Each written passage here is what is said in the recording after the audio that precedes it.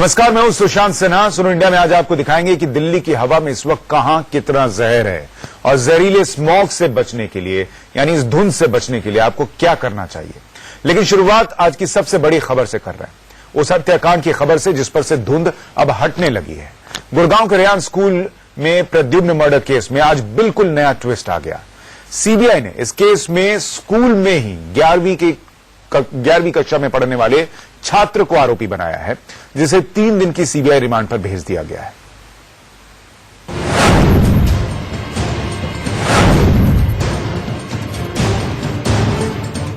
गुड़गांव के Ryan international school में पढ़ने वाले मासूम प्रद्युम्न के एक नहीं 4 कातिल हैं। प्रद्युम्न की हत्या का गुनहगार सिर्फ एक शख्स नहीं बल्कि 4 लोग हैं। लेकिन क्यों और कैसे, ये समझने से पहले आपको इस मर्डर केस में सीबीआई की सबसे नई थ्योरी बता दें, जिसकी वजह से इस केस में बिल्कुल नया ट्विस्ट आ गया है। सीबीआई के मुताबिक प्रद्युम्न को उसी के स्कूल में पढ़ने वाले 11वीं के एक छात्र ने मारा है। सीबीआई का कहना है कि इस छात्र ने प्रद्युम्न की हत्या इसलिए की क्योंकि वो पीटीएम यानी पेरेंट टीचर मीटिंग टलवाना चाहता था। साथ ही ये छात्र परीक्षा भी टलवाना चाहता था। सीबीआई जांच में सामने आया है कि हत्या से एक दिन पहले इस छात्र ने चाकू खरीदा था और आरोपी छात्र ने अपना जुर्म भी कबूल कर लिया, जिसके आधार पर सीबीआई ने इस छात्र को गिरफ्तार कर लिया। हालांकि अहम बात यह है कि सीबीआई की जांच में यौन शोषण की बात सामने नहीं आई है। After thorough investigation based on scientific evidence, including inspection of scene of crime, forensic analysis, analysis of CCTV footage, analysis of various call records, and questioning of several persons, CBI apprehended the said student. CBI का दावा है कि जांच के दौरान ठोस सबूत मिले हैं। सीसीटीवी फुटेज में भी आरोपी छात्र टॉयलेट में जाता दिखा है। सीबीआई ने अगर उस बच्चे को निकाला है तो उनके पास कोई एविडेंस होगा या मतलब कुछ प्रूफ होगा, जब भी बोला है।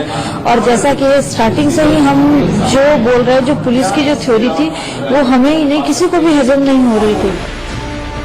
लेकिन सीबीआई की ये थ्योरी सीधे सीधे हरियाणा पुलिस पर सवाल खड़े करती है। सवाल ये कि क्या हरियाणा पुलिस ने बस के कंडक्टर अशोक को बेवजह गिरफ्तार किया और क्या कंडक्टर अशोक को फंसाने की कोशिश की गई। आरोपी कंडक्टर तो पहले भी कह चुका है कि उसे फंसाया जा रहा है। अब उसकी पत्नी भी कह रही है कि पुलिस ने अशोक से जबरन गुनाह कबूल कराया था।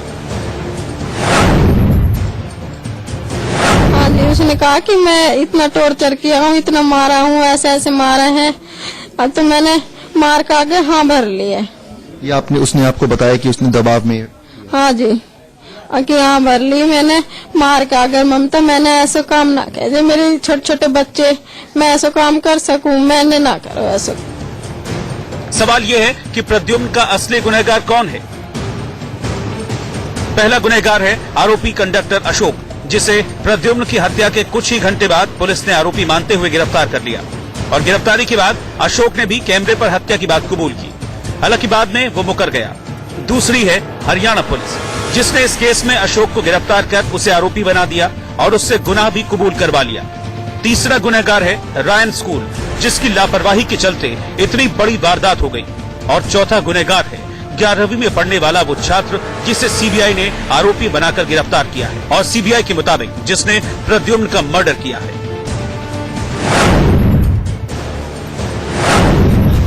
सीबीआई ने भले ही 11वीं के इस छात्र को आरोपी बनाया है, लेकिन सीबीआई की थ्योरी पर भी कई सवाल खड़े होते हैं। सवाल ये कि सीसीटीवी फुटेज में इस आरोपी छात्र के साथ कंडक्टर अशोक और 5 लोग और भी देखे गए थे, लेकिन अशोक उस समय वहां कैसे और क्यों पहुंचा, इस पर सीबीआई ने कुछ नहीं कहा। पोस्टमार्टम रिपोर्ट में कहा गया कि चाकू से ऐसा वार किया गया कि प्रद्युम्न के गले की नस कट गई, जिससे वो बोल या चीख नहीं पाया। सवाल यह है कि क्या 11वीं का छात्र किसी पेशेवर अपराधी की तरह ऐसा कर सकता है। अशोक ने हरियाणा पुलिस के सामने शुरू में जुर्म क्यों कबूला था, इस पर भी सीबीआई कुछ साफ साफ नहीं बता पाई। राज वर्मा और सोनू कुमार के साथ नरेश बिस्वानी, गुड़गांव, इंडिया न्यूज। यानी सवाल अब भी कायम है। ऐसा नहीं है कि सारे सवालों के जवाब मिल गए हैं, लेकिन इस बीच प्रद्युम्न मर्डर केस में सीबीआई ने जिस छात्र को गिरफ्तार किया है उसे 3 दिन की सीबीआई कस्टडी में भेज दिया गया है। आरोपी छात्र की जुवेनाइल बोर्ड में पेशी हुई, जहां से उसे हिरासत में भेजा गया। सीबीआई 6 दिन की रिमांड मांग रही थी, लेकिन अभी उसे 3 दिन की रिमांड पर भेजा गया है।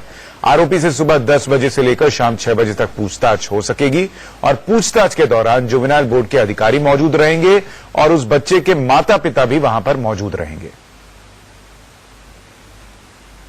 3 दिन का रिमांड और साथ ही डायरेक्शन भी पास ये किया कि 10 से 6 के बीच में ही इंटरोगेशन होगी और उसके बाद शाम को उसको जुवेनाइल वेलफेयर होम में छोड़ा जाएगा।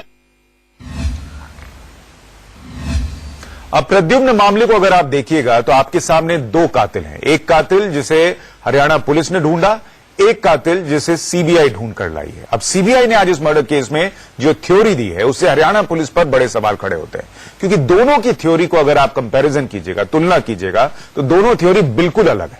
आपको दिखाते हैं पुलिस और सीबीआई की थ्योरी में फर्क क्या क्या है जो कि सवाल खड़े करता है। आपको याद होगा पुलिस की थ्योरी थी कि बस कंडक्टर ने बच्चे की हत्या की, लेकिन स्कूल के 11वीं के छात्र ने हत्या की। यह बात सीबीआई की थ्योरी कह रही है जो अब सामने आई है। पुलिस की थ्योरी कहती थी बस में रखे चाकू से हत्या की गई। सीबीआई की थ्योरी कहती है कि हत्या से 1 दिन पहले चाकू खरीदा गया था, यानी नया चाकू था। पुलिस की थ्योरी कहती है कि गलत काम करते हुए देख लिया था, इसलिए प्रद्युम्न की हत्या कर दी गई। सीबीआई की थ्योरी कहती है कि परीक्षा टलवाने के लिए 11वीं के छात्र ने प्रद्युम्न की हत्या कर दी। पुलिस की थ्योरी कहती है कंडक्टर ने यौन शोषण की कोशिश की थी, लेकिन सीबीआई की थ्योरी में किसी यौन शोषण की बात नहीं है। अब इस पूरे मामले में जांच आगे बढ़ रही है।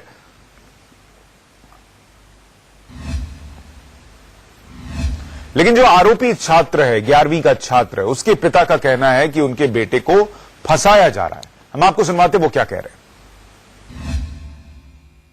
हैं। मैं जो ये पहले बच्चा जो एक्सपायर हुआ है, जिसका मर्डर हुआ है, उसके भी साथ मेरी सहानुभूति है, लेकिन ये किसी दूसरे बच्चे के साथ नाजायज हो, ये भी बहुत गलत है। मेरे बच्चे ने नहीं किया, मेरे बच्चे ने माली को बताया, टीचर्स को बताया देखते ही बच्चे को, और पूरे दिन स्कूल में रहा है, पेपर दिया है बच्चे ने, कहीं पर भी एक सिंगल स्पॉट मेरे बच्चे के कपड़ों पे नहीं था। कोई भी टीचर बता दे कि उसके कपड़ों में कोई सिंगल ब्लड का स्पॉट देखा हो, या फिर कहीं भी किसी ने भी देखा हो। जब छुट्टी हुई है स्कूल की, छुट्टी में वो आया है।